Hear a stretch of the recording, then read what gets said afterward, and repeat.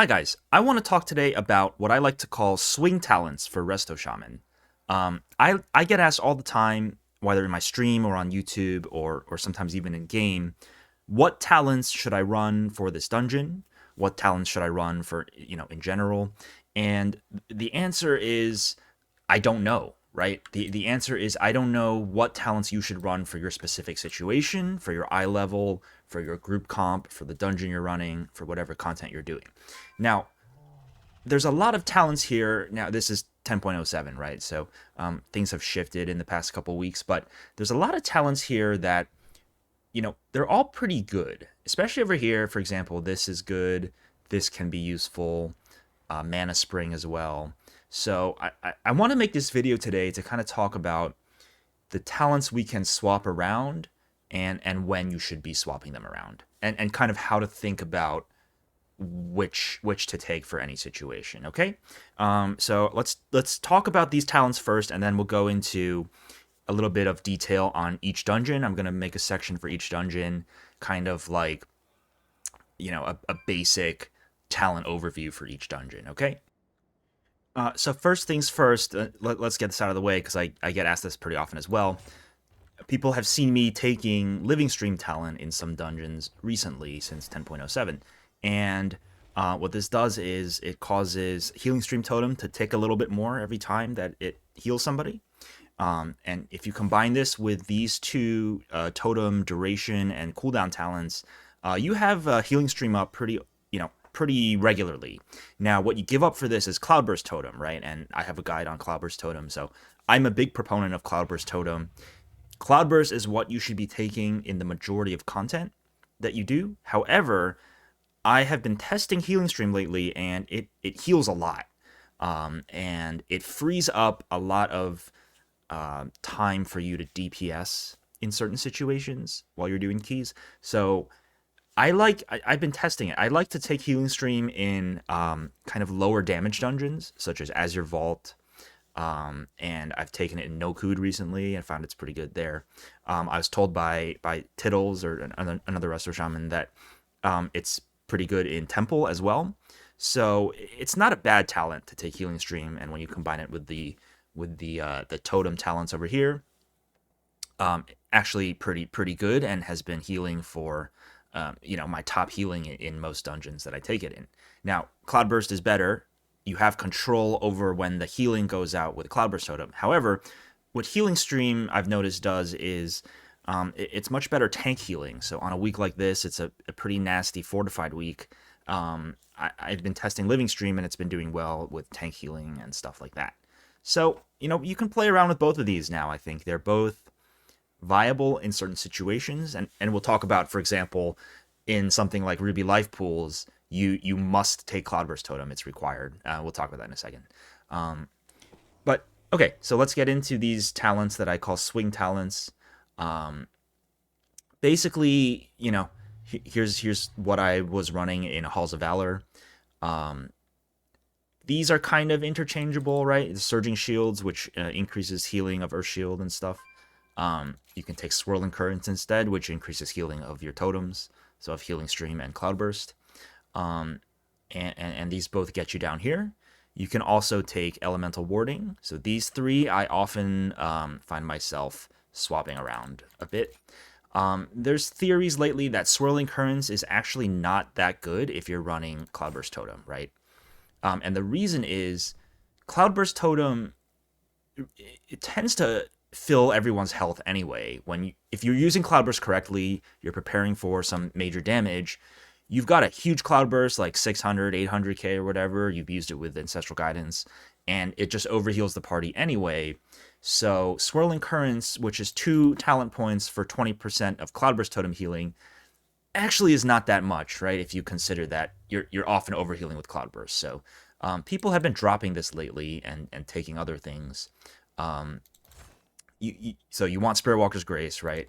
You want Graceful Spirit if you can manage it. You don't have to take this, but I like the utility. Like I like using Graceful Spirit as much as possible. I think it's a great talent, and you want Nature Swiftness.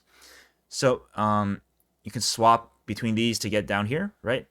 And then over here, Certain dungeons you want Mana Spring in, or if you feel like you're running low on mana often, um, it's okay to take Mana Spring. This is a lot of mana. It's a fair amount of mana over a whole dungeon, so pretty good there. Now I've taken Stoneskin Totem, which is really good for Halls of Valor, and I've been taking it a lot this week actually because tank damage has been a huge issue with bolstering Fortified. So this 10% physical damage, which I usually don't care about that much, and the tanks usually don't care about that much, is really important this week actually. Um, and yeah, up here, swing talents, defensiveness. You would take Earth Elemental if you need to survive some kind of high tyrannical attack because it increases your health by 15%, right? So, for example, in high tyrannical Nokhud, this is required. You have to take Earth Elemental to live the third and fourth bosses. It's basically an extra personal cooldown, right? And here, these capacitor totems, I really like Guardian's Cudgel, depending on your group comp. So here we go talking about group composition. If you have a lot of AoE stuns, you don't want to take this actually because you're gonna activate diminishing returns on the stun, which makes them stun immune, makes the mob stun immune after a while. But in a lot of groups, for example, if I'm running with a Boomkin and a Shadow Priest, this Guardian's Cudgel comes in really handy in a lot of dungeons, such as Azure Vault and Algethar Academy, where it stuns the trash twice in a row, right? And you can catch a lot of these casts that are normally interrupted or used to you use some sort of AoE stop to catch them. This catches 2 sets of them in a row, and is really quite strong if you can manage to use this properly. Other swing talents, right? Over here, you can come down this way to here, right? You can take Gust of Wind, important for some stuff if you need it. And also here, Poison Cleansing Totem, right, is really, really good in Algethar Academy now. You really want the totem duration if you're going to take this. This is for the tree boss, by the way. And if you take the totem duration plus this, it lasts for 9 seconds. Normally it lasts for 6, but it'll last for 9. So really good on the tree boss. Usually the ads will die within that time frame or something close to that. And if they're not dead by then, you kind of have a problem anyway, right, with your with your group. So that's kind of the swing talents over here. So some dungeons I would do this, depending, especially if I'm taking Healing Stream. You want this with Healing Stream. It's pretty good. If I need to survive, I'll come down this way with reduced magic damage taken. So that's this side. Over here, really, this is kind of I've really settled into this as the build that I want. Originally, we're taking Ancestral Awakening. I think the discussion has been, is this worth it? And this is for Mythic Plus, right? Is this worth it in Mythic Plus? And the answer is really no, not really. It's not really worth it. Same with the Earth Living Weapon, which people were taking before. Not worth it because the playstyle of Mythic Plus, right, is that you need to kind of pump everyone to full health. You want to keep everyone as healthy as possible. And these kind of healing over time or like passive, little healing on people is just not that. It's just not that useful in Mythic Plus. So people have been dropping AA recently for other stuff. This Spirit Walker's Title Totem, which I talked about before, really, really strong. And of course, you want Tidebringer and High Tide these days. Other than that, you could get down here if you wanted to continuous waves. I'm still a proponent of Primordial Wave, but some people have been dropping this as well. So, yep. This is pretty much what you want to take on this side. You want these DPS talents. Blizzard changed in 10.07. They removed some of the fluff here, right? The talents that were kind of wasted talent points, right? The Lightning Bolt and the Water Shield. So that frees up some points for us to take Lava Surge and Master of the Elements, which you should be taking, I think. DPS is an important part of Mythic Plus, and healer DPS is as well. So that's kind of an overview of like what these talents do. Now let's go into each dungeon and try to figure out like like go along with me in my thought process here for when I step into a dungeon. What is it that I want to be looking for, thinking about when I select my talents? So I guess let's kind of just start from whatever's first here. So Algethar Academy, right? Um, Tyrannical, some really so tyrannical fortified would be different, right? So let's start with tyrannical. Um, you, there's some tough bosses in here that you need to survive. So if you're doing a key level where the bird boss is going to be a problem, you're going to need Earth Ellie. So here's what I would take in some sort of high tyrannical. The thing with Algethar, right, is that there's not a lot of damage other than these really scary bosses, right? If you're playing properly, you're interrupting all the trash. There's not too much damage outside of that, so it frees up a lot of DPS for you to do. So keep that in mind when you're doing AA. But this is something along the lines of what I would run. I might drop a point here for Guardian's Cudgel, depending on the group, as we talked about. But you really are going to need these kind of defensive talents here to survive the bird boss. And sorry, I forgot the Poison Cleansing Totem, which you'll need as well. You know, this is for the bleed on the bird boss if you think you'll need it. A lot of physical damage on the tank there. You don't have to take it. It is a global cooldown that you're putting into a totem that reduces physical damage by 10%. So not necessarily required there. This is basically what I would run in Algethar. Something like this for Tyrannical Week. For Fortified, usually I might even drop Earth Ellie for something else, and I would probably drop these 2 Elemental Wardings for something like this. For tank healing, and I would probably choose Stone Skin Totem instead. You don't need Purge. There's only one mob at the very end that you purge, and you don't really have to purge it. It's just a small shield. I would also consider Guardian's Cudgel for Fortified as well. You want to keep the trash CC'd as much as possible. So this is what I would run for Fortified Algethar, something like this. Next up is Ruby Life Pools, right? And we talked about this just a minute ago that you must have Cloudburst Totem for Ruby Life Pools. You don't need it for everything, but this is required for RLP because a lot of the damage in Ruby Life Pools. First of all, there's a lot more damage in Ruby than in any other dungeon. The damage profile is so much higher in Ruby than most other dungeons. And the way the damage works is a lot of it is scheduled.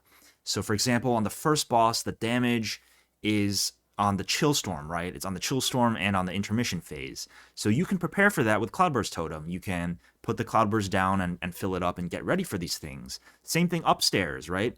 On the Ring Trash, that's all. Most of it is scheduled damage with the Infernos, with the Blazebound Destroyers or whatever they're called.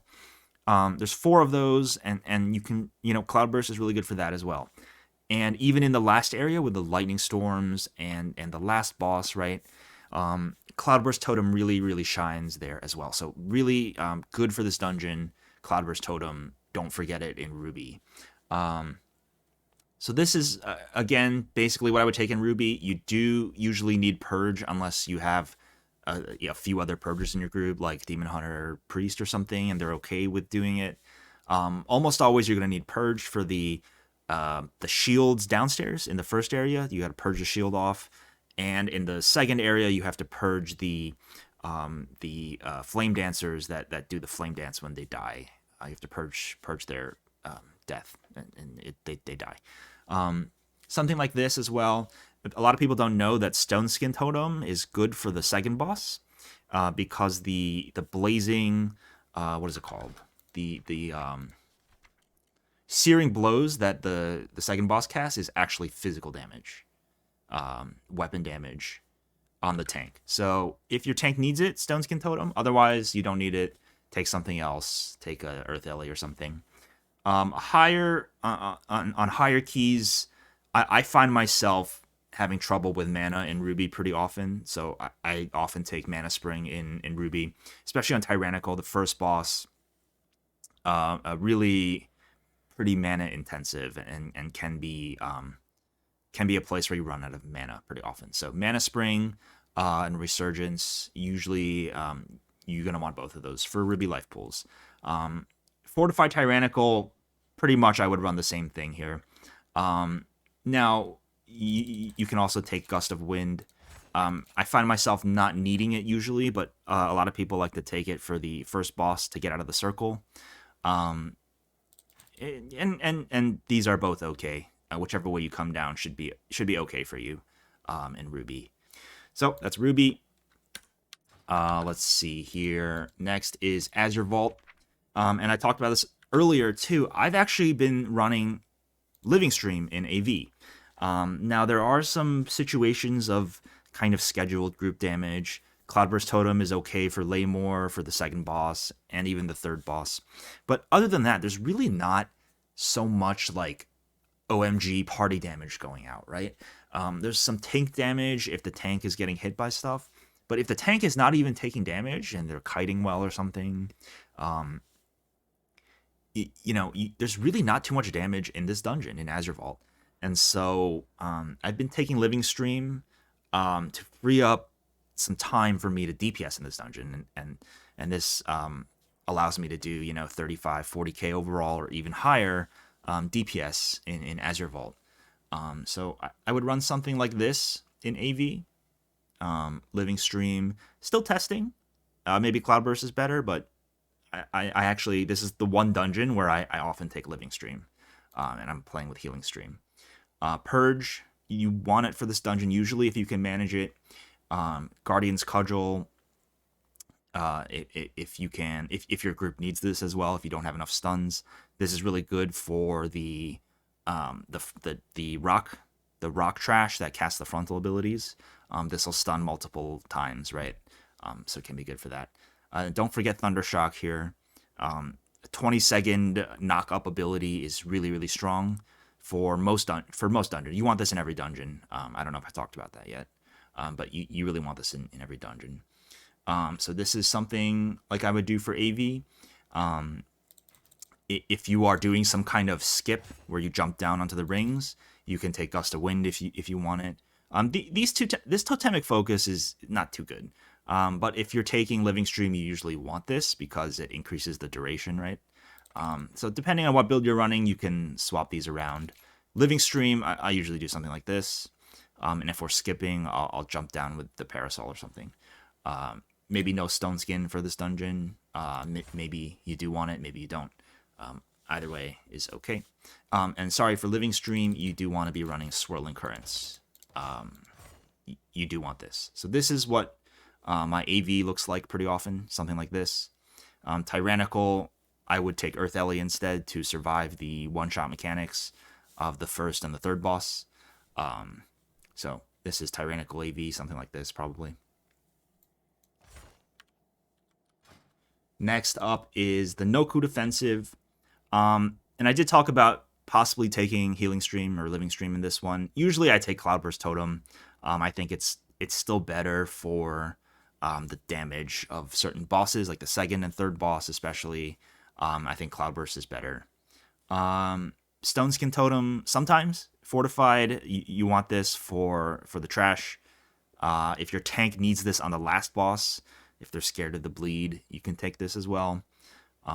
You do absolutely have to take Purge for this dungeon because it's your job to purge the second boss usually.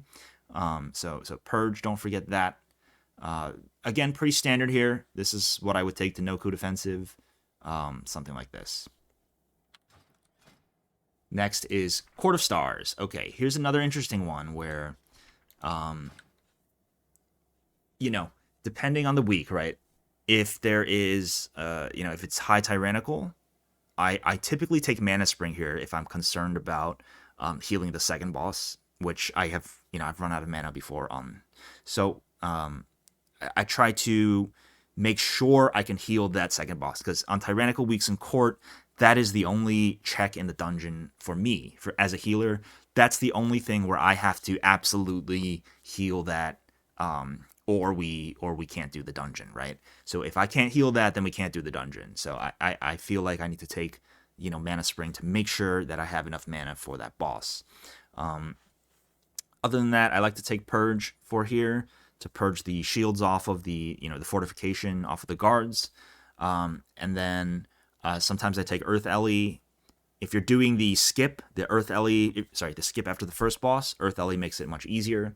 You just press Earth Ellie onto the construct, and then you run up, and you still have to kick suppress, but Earth Ellie makes getting by the construct much easier. Down here, Stone Skin Totem as well. Pretty good for the last boss. People don't know often that the last boss here, Advisor Melandris, the Slicing Maelstrom that he casts is physical damage. So if you're on a really high key, or you think you can't, or if you think the 10% damage reduction on Stone Skin will be helpful, bring this to Court. Sure, nothing wrong with bringing this to Court of Stars. Windrush Totem, good. Helps you move faster. It's just good. Just bring Windrush. Usually in your dungeons, you want Windrush. So something like this for Court. Cloudburst, really good for the last boss. Can pretty much just carry you through the last boss if you can, prepare a Cloudburst for all of the Slicing Maelstrom casts. You don't have to worry about them too much, as some other classes have to rotate their cooldowns. We do too, but Cloudburst makes our lives much easier, right? So this is something, basically what I would run for Court of Stars, both Tyrannical Fortified, something like this. I don't have a target. Next up is Halls of Valor. So I was just talking about this earlier. This is the one dungeon where I always take Stone Skin Totem, right? It's good, really, really good for Fenrir, and good in general with a lot of physical damage from the trash in here. It helps your tank out a lot. In the Fenrir area especially is where this is going to shine. You're pulling the wolves, you're pulling the bears or whatever. Stone Skin Totem can really help you out. You don't need Purge for Halls of Valor usually, especially if you're skipping the Sentinels, which is the tall dudes in the hallway, which you really should be skipping, by the way. You shouldn't pull those. You should have a rogue or a Mind Sooth to skip those in your keys. It'll save a lot of time. So you don't need Purge. Earth Ellie is a good defensive for this dungeon. A lot of scary damage on some of the bosses, and Earth Ellie often going to help you out there. Halls of Valor or something like this. I definitely suggest Cloudburst Totem here. Really good on Herja, and also quite good on Fenrir to have the Cloudburst. Basically, if you think of the damage of each dungeon, you ask yourself, is Cloudburst Totem going to be wasted, right? Is it going to overheal a lot? If it's not, then it's probably right to take it, and you should be taking this in most situations. So this is what I would do for Halls of Valor. Both Tyrannical Fortified would look something like this. SBG, yes. What to do about SBG? So this is another one of those dungeons that the only thing I have to worry about is the first boss. Same with the Court second boss. If I can heal the first boss, then basically we time the dungeon, right? There's nothing much scarier than that in the dungeon. So the first boss is the healing check. I like to bring Mana Spring to make sure I don't run out of mana. Especially in the last boss too, I have had mana problems there. A lot of damage there as well, but tends to be an easier boss. Cloudburst Totem, very good in SBG. You want it for both weeks, both Tyrannical Fortified, because it's good on Fortified for those the mana elementals that you pull. I forgot what their name is. Excuse me. But you want it for Tyrannical as well for the first boss. Definitely Cloudburst, really good on the first boss. If your group needs Purge, then you take it here. Otherwise, it's really not that big a deal. A lot of people stress about needing to purge the ghosts in the second area to get rid of their shield. It's actually not that big a deal to leave the shield up. And what people have been doing is they're just pulling those ghosts into the boss and cleaving them down with the boss. Because the ghosts really don't do anything if you can manage to interrupt them, which you should be doing anyway. The second boss doesn't do anything, right? It's not scary at all. So people just pull the ghosts in, and sometimes they run around the room and pull extra ghosts in for what's called funnel damage. which is some classes like to have multiple targets and do more single target damage if there's multiple targets. So Purge, not really necessary in SBG. It frees up talent point for defensiveness like Earth Ellie, or if your tank needs a Stone Skin Totem or something. So Shadowmoon, something like this.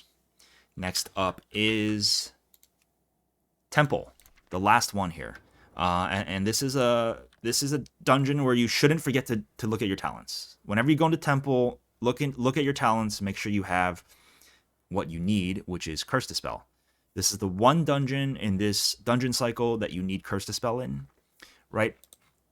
So you would drop something for Curse Dispel, probably like this or something.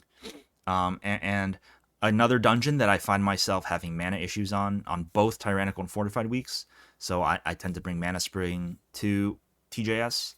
On Tyrannical, you need it for the last boss. On Fortified, you need it for the trash, especially the Shaw packs that are sucking up a lot of healing, doing a lot of damage, and sucking up a lot of your mana.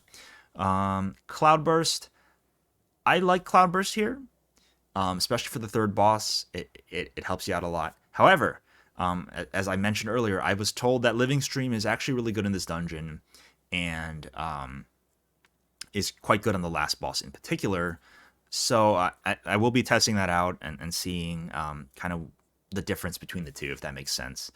Cloudburst is pretty good for the Shaw packs as well on Fortified weeks. The Exploding Shaws, you can prepare a Cloudburst beforehand and kind of fire it off as they're going off. Sometimes it doesn't line up like that, and the Shaws die too slowly or something, or they die too fast. This is probably what I would take to Temple. Also, you don't necessarily need Earth Ellie here. Not bad, but sometimes I would swing this down to Guardian's Cudgel. And what Guardian's Cudgel does is, it for the last boss in particular, when you stack up and you get all the adds to spawn, which you should be doing, you stack and the adds all spawn together. On the last boss, you drop your cap totem, your capacitor totem, and with the Guardian's Cudgel, it'll stun them twice. So it'll stun them for 5+ seconds, right, or around 5 seconds, and then then they should be almost dead by then. The adds on the last boss. So this is really good for the last boss. Also good on the trash.